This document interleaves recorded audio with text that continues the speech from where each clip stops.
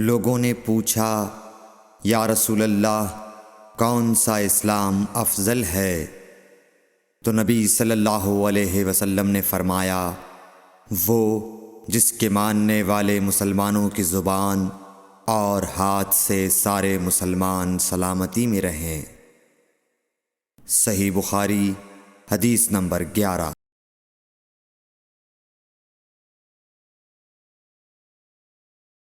ایک دن ایک آدمی نے حضرت صلی اللہ علیہ وسلم سے پوچھا کہ کون سا اسلام بہتر ہے؟